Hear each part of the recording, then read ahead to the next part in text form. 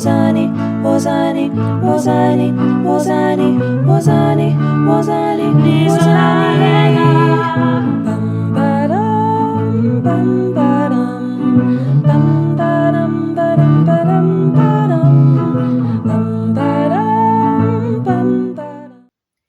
Ngiyenemukela kuleli khaya elifudumele lezi ndaba ezihlabahlosile zolimi lwesiZulu esizokwenza ulokhu ubuya njalo njalo ukuzozilalela. Hlala phansi-ke unethezeke ubize nabanye nizothola intokozo nokwazi isiZulu kangcono. Igama lami ngikulungile, ungangibiza Teacher Lungi, Mam Lungi noma Aunty Lungi. Lezi zindaba zicashunwe ngokusemthethweni ezincwadini zabakwa-Shooter and Shooter Publishers abashicileli abaphambili iminyaka engaphezu kwe-100. Indatshana yethu yanamhlanje itholakala kule ncwajana le yezindaba ezimfishane zabantwana abasafunda amabanga aphansi. Ngiyazi ukuthi besilokhu sifunda uMasambisane kodwa manje sesiqala incwadi entsha. Lena-ke inezahluko ezinhlanu. Emva kwesahluko ngasinye kuzoba khona imibuzo engizonibuza yona okuzofanele ukuthi uzame ukuyiphendula ngaphandle kokubuyela endabeni uyobheka ukuthi impendulo ithini.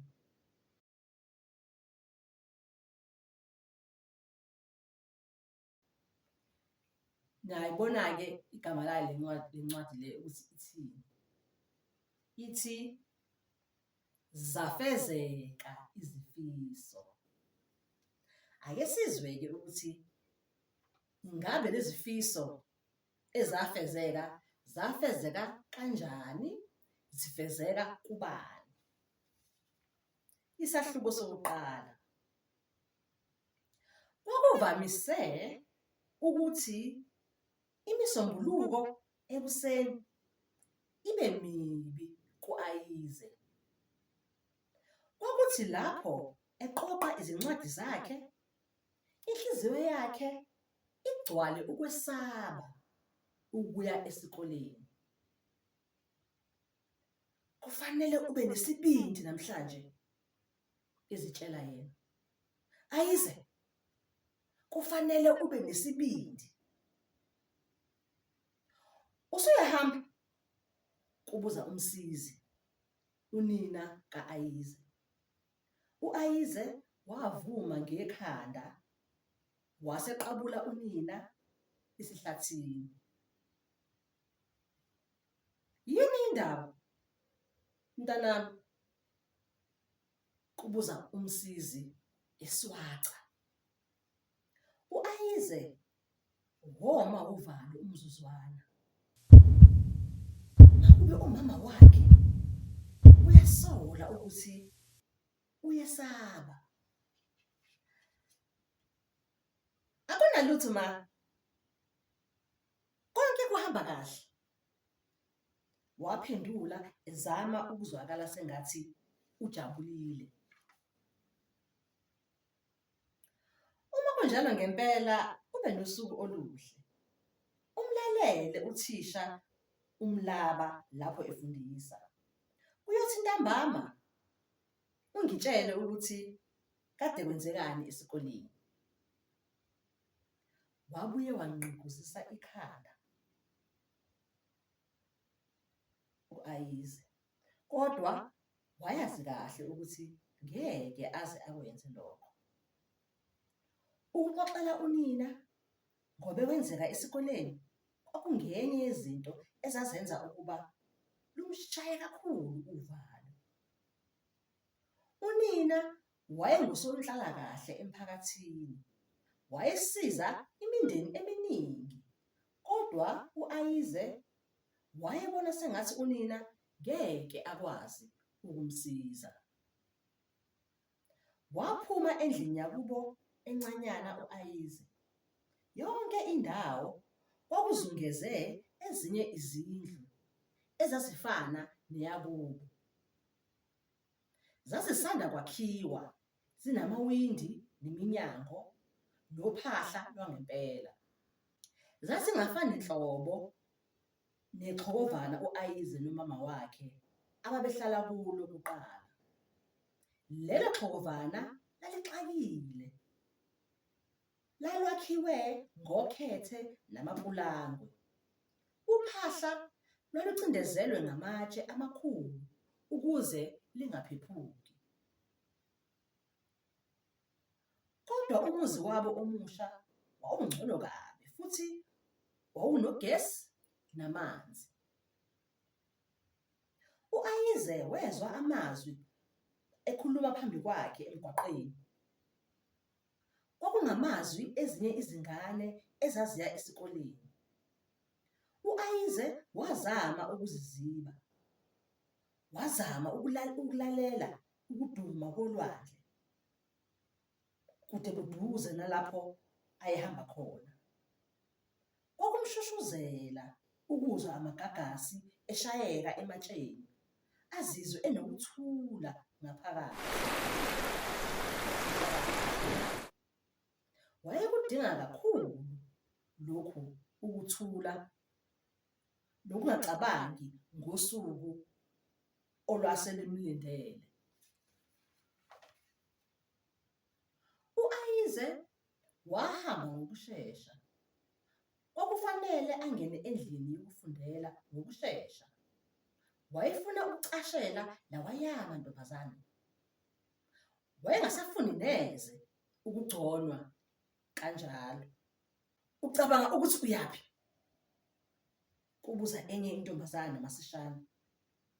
Yama phambi kuka-Ayize yamvimbela. Leyo ntombazana kwakunguThabisa. Wayesebangeni elilodwa no-Ayize. Ngiya endlini yokufundela. Isikole singaqala noma yinini, kusho u-Ayize. Kwamele azabalaze ukuphimisela lawo magama. Kwakuthe ngci emphinjeni wakhe.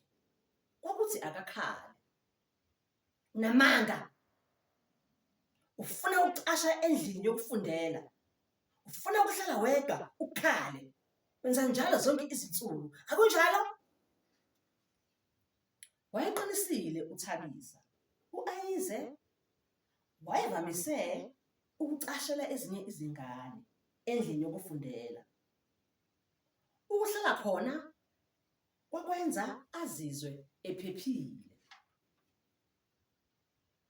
Akekho owayemgcona uma eselapho ngoba ngezinye izikhathi uthisha wabo uMnumzane Mlaba wayeba khona. U-Ayize wayehlala lapho endlini yokufundela enze sengathi ufunda incwadi noma uqedela umsebenzi wasekhaya. Konke lokhu wayekwenzela ukuzihlukanisa kwezinye izingane, ikakhulu uThabisa. Letha lapha isikhwama sakho, ephoqa uThabisa ngokungalindelekile. U-Ayize waswaca, wahlehla ezama ukuvimbela uThabisa ukuba athathe isikhwama sakhe. Waselula isandla uThabisa ememeza, "Ake ngibone ukuthi uphetheni." uThabisa waqala ukuthulula isikhwama. Zonke izincwadi zika-Ayize, amapeni namapensela kwachitheka phansi. Kwaba sengathi inhliziyo ka-Ayize iyama. Umama wakhe wazikhokhela kanzima zonke lezi zinto. Manje uThabisa uyazilimaza. "Awuphathanga umphako?" kubuza uThabisa. Cha ngiwukhohliwe," kusho u-Ayize ngokwesaba. "Uqamba amanga. Uqamba amanga futhi. Sengathi akukho ukudla kini. Mhlawumbe awunaye ngisho umama." nginaye, kukhala u-Ayize.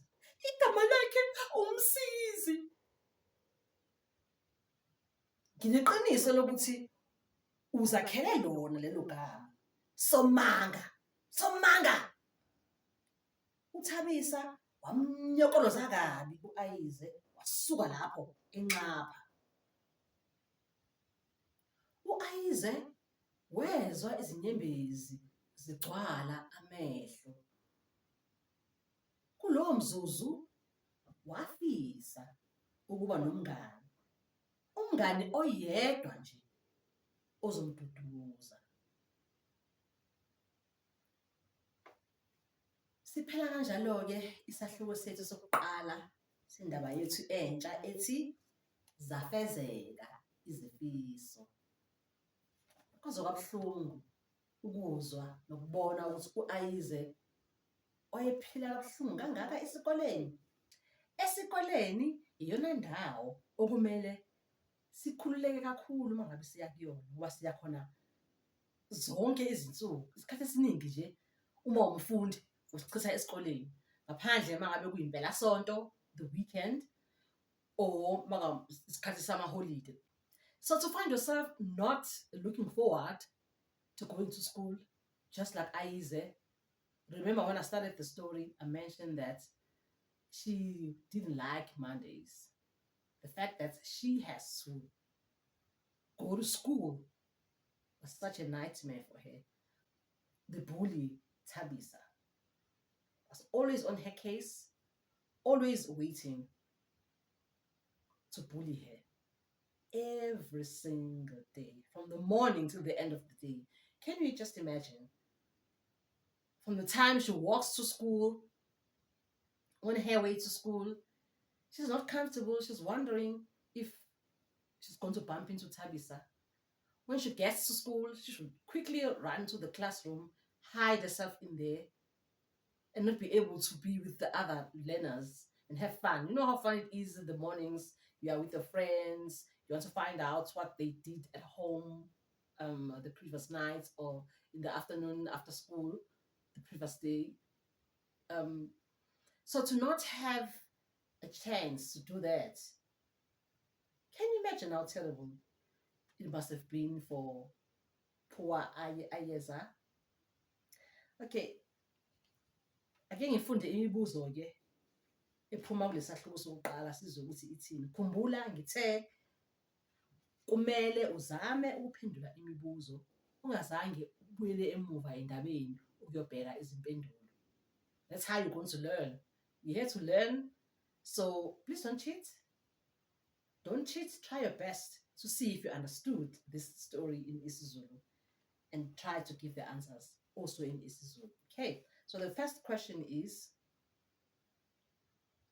yiluphi usuku lweviki ayengaluthandi u-Ayize? Yiluphi usuku leviki ayengalithandi u-Ayize? Umbuzo wesibili, ubani igama likamama ka-Ayize? Ubani igama likamama ka-Ayize? Umbuzo wesithathu, yini eyayenza u-Ayize abe nokuthula? Yini eyayenza u-Ayize abe nokuthula? Umbuzo wesine, u-Ayize wayengamtsheli ngani unina ukuthi kwakonakeleni? U-Ayize wayengamtsheli ngani unina noma umama wakhe ukuthi kwakonakelephi? Umbuzo wesihlanu okowokugcina uthi, u-Ayize wayengakuthandi ukuya esikoleni ngoba wayephathwa kabi ezinye izingane. Ingabe wawungenza njani wena ukumvikela kulesi sihluku? Isihluku is to help Ayize from this bullying that she was suffering from Thabisa, wawungenze njani wena ukumvikela kulesi sihluku ayesithola kuThabisa?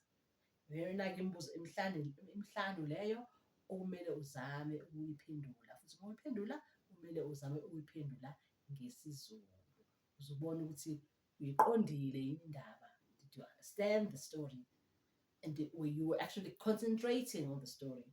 So if you listened and with concentration, you'll be able to answer all these questions because they're very simple and straightforward. Phela kanjalo-ke namhlanje isifundo sethu sizoqhubeka futhi ngokulandelayo. Sale kahle emakhaya.